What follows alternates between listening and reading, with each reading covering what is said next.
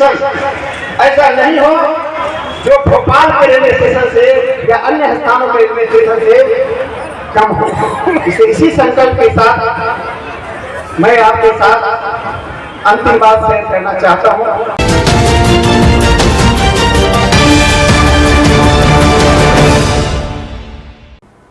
नमस्कार, आप देख रहे हैं बेगूसराय न्यूज प्लेटफॉर्म और मैं हूं आपके साथ खुशी। आइए रुक करते हैं आज की बड़ी खबर की ओर।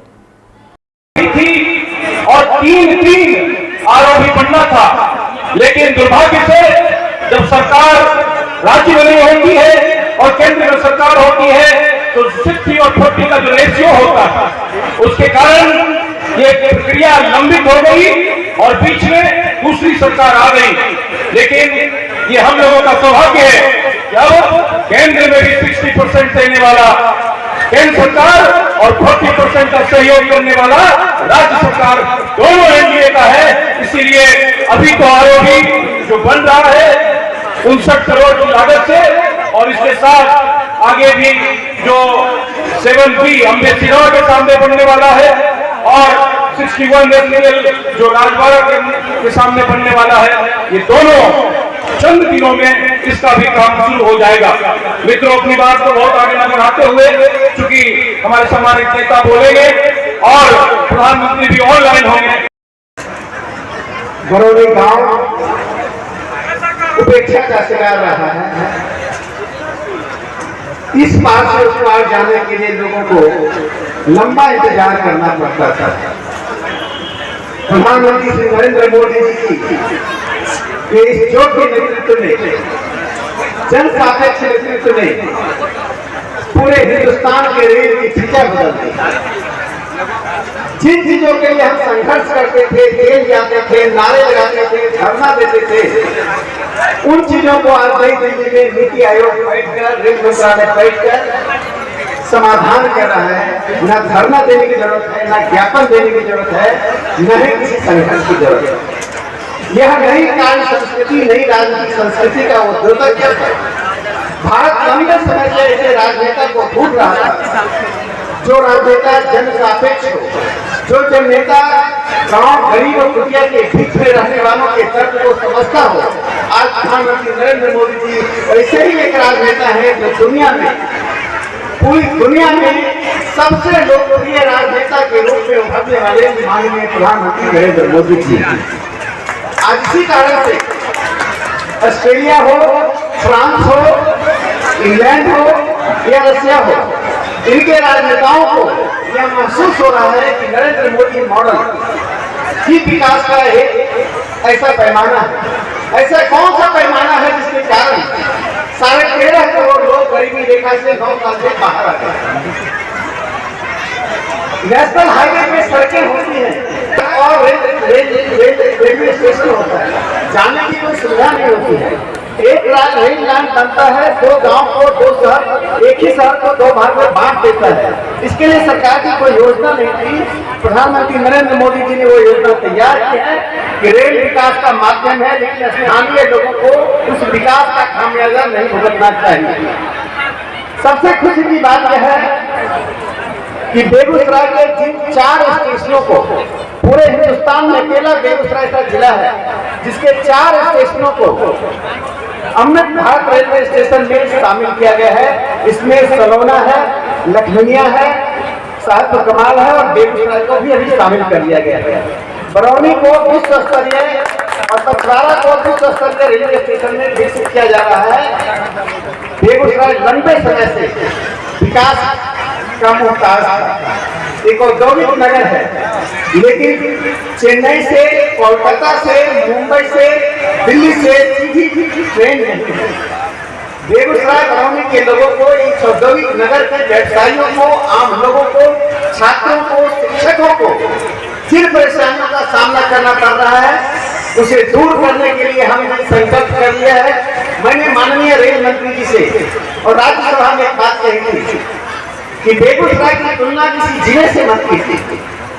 बेगूसराय की यदि तुलना होगी तो विशाखापट्टनम से होगी, बोकारो से होगी, मद्रास से होगी, जमशेदपुर से होगी।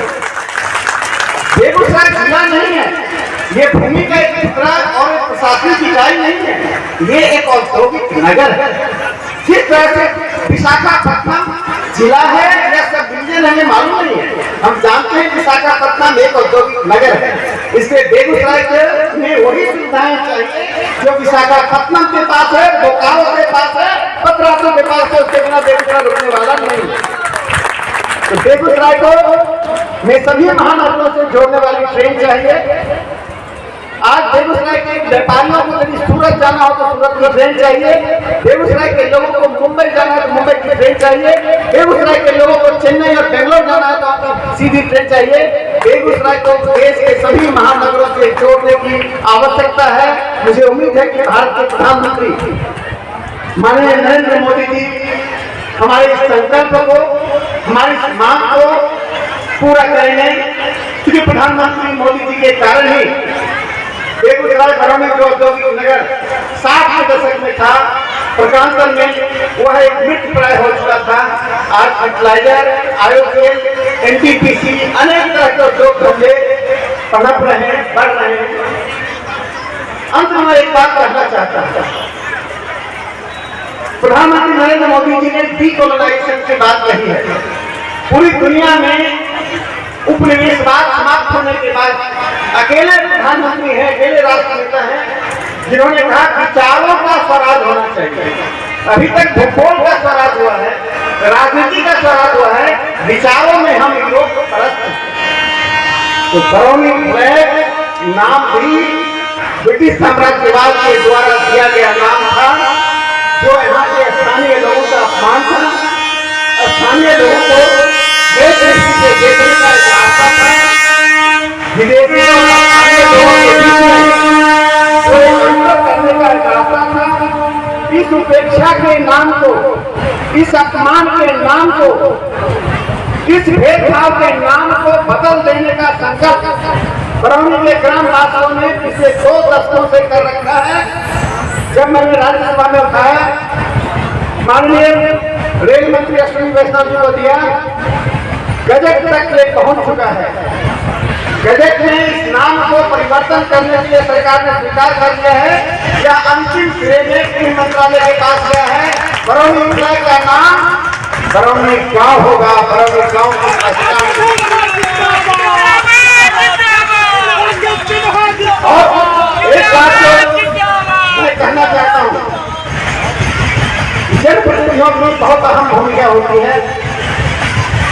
भोला बाबू के पोते मनीष यहाँ बैठे हुए हैं। भोला बाबू ने जिस तरह से बेगूसराय के जनता के बीच में आकर जनता का होकर जनता के लिए संसद से सड़क तक काम किया, वह विकास की प्रक्रिया नहीं रुकनी चाहिए। चाहे रेल हो, सड़क हो, स्कूल हो, अस्पताल हो।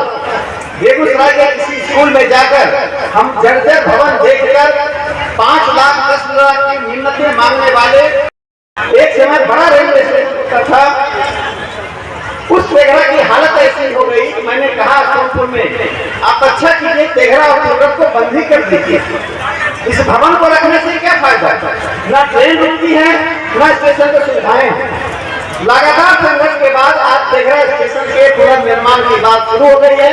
मुझे लगता है अगले समय में तिलरथ का भी इस तरह से पुनर्निर्माण होगा। बेगूसराय का एक भी रेलवे स्टेशन ऐसा नहीं हो जो भोपाल के रेलवे स्टेशन से या अन्य स्थानों के रेलवे स्टेशन से कम हो।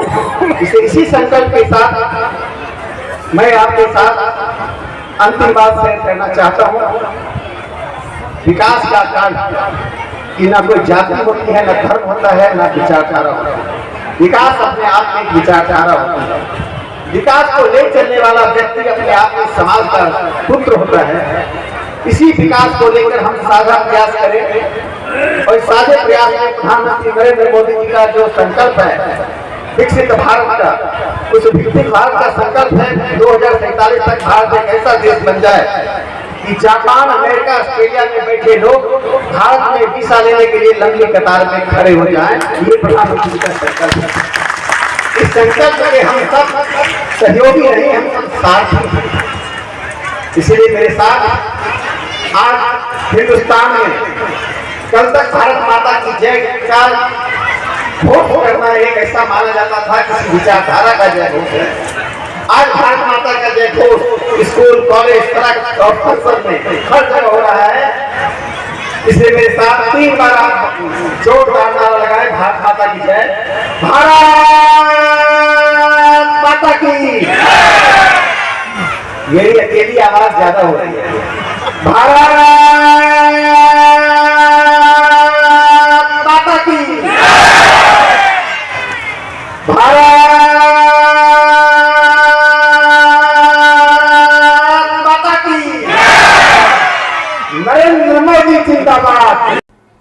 खबरों में अब तक के लिए बस इतना ही।